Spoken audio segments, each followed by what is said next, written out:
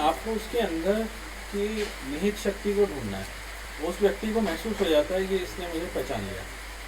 ऐसे ही मुझे जबलपुर में एक रिक्शे वाला मिला, कुछ पैसा तय हुआ, कहीं जाना था, तो उसने बताया कि मैं रोज़ सुबह ट्रेन से आता हूँ, दिन भर रिक्शा चलाता हूँ, घर जाता हूँ, मेरा बच्चा सरकारी नौकरी में है, भोपाल में है। तो मैंने पूछा फिर रिक्शा क्यों चलाते हो? तो कहता है साहब आदी हूँ कि मैं नहीं चलाऊँगा तो नींद नहीं आएगी मुझे, लेकिन इसी से मैं इंडिपेंडेंट ही रहा हूँ, ये मेरा तरीका है अपने आप को चलाने का। ऐसे ऐसे बातें होती रही तो बहुत कुछ समझा मैंने बैठ के, लेकिन उसने एड्रेस गलत, तो वो मुझे बहुत दूर ले आया उस जगह से।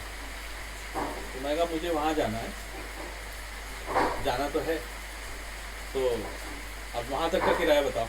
वहाँ पहुँचा, लेकिन अब पैसा लेने को नहीं तैयार। फिर मैंने कहा एक काम करो, तुम भी पैसा लेना नहीं चाह रहे हो, क्या करें, मैंने भी नाश्ता नहीं किया, तुमने भी नहीं किया, तो हम नाश्ते कर लेते हम लोग। तब जाके कुछ हिसाब कुछ मैंने जैसे तैसे पकड़ाया, लेकिन अब वो उसका नाम पता सब आदमी था, पूरी हो गई। मुझे अपना बौनापन महसूस होने लगा उसके सामने, इसलिए मतलब मैं उसको देख के इतना खुश कि एक आदमी होगा 60-65 साल का, वो एक रिक्शा चला रहा है, मतलब ऐसे क्या तो मसल पावर और क्या तो स्वाभिमानी, क्या मज़ा आ गया। तो मैंने कहा देखो कितना बड़ा इंसान है, और फिर वो वहाँ से नीचे होता ही नहीं है वो इंसान, क्योंकि आपको वो दिख चुका होता है। दूसरा किस्सा अभी हुआ था, मैंने इसकी गर्मी की बात है, तो मैं झांसी से बांदा जा रहा था प्रेम सिंह जी के पास। झांसी में मेरा रिजर्वेशन था, स्लीपर में बांदा था। ऑलरेडी एक लड़की थी मेरे ख्याल से 19-20 साल की रही होगी, और उसकी मदर थी, होगी 40-45 की। तो वो दोनों ऑलरेडी बैठे हुई थी सीट पर। जैसे मैं आया तो मैंने अपनी सीट ले लिया, उठ के जाने लगी, उनके बहुत सारा सामान भर भर के, इतने बड़े बड़े डब्बे।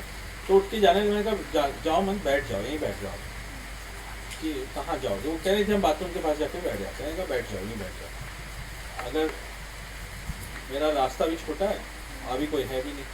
धीरे धीरे बात हुई, तो मैं कहा कहाँ से आ रही हो, इतना सारा सामान क्या करोगी?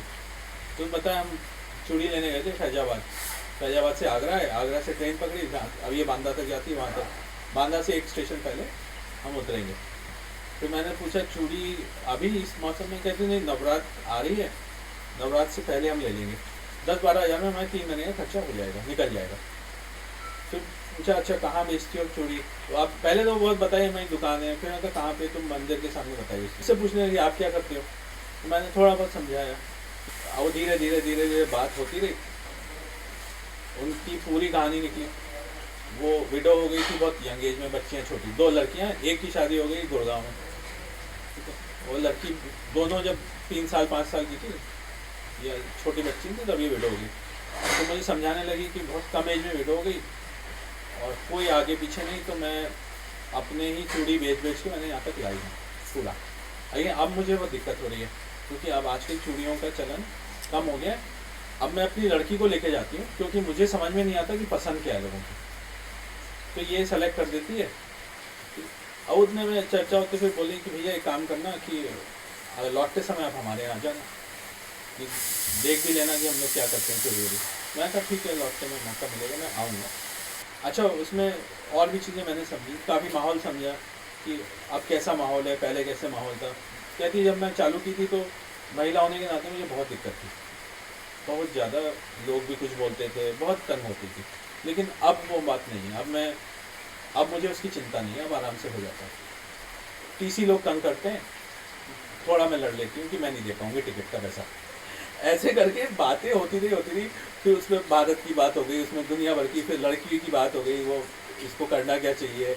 मैंने उनको जो समझा और देखा, मैंने कहा देखो आप, मतलब मुझे तो मिलके इतनी खुशी हुई आपसे कि जहाँ लोग इतने डिस्ट्रेस में चोरी फरे वो क्या क्या नहीं करते हैं, आप अपने कितनी मेहनत कर रहे हो, कैसे, मतलब आपको कोई दुखी नहीं है, तो आप में कोई भी मलाल नहीं, कुछ भी नहीं, अपना काम किए जा रहे हो। तो और संत होता क्या है? तो आपको किसी के अंदर कोई क्वालिटी दिख जाएगी, उसको पकड़ लेना है बस।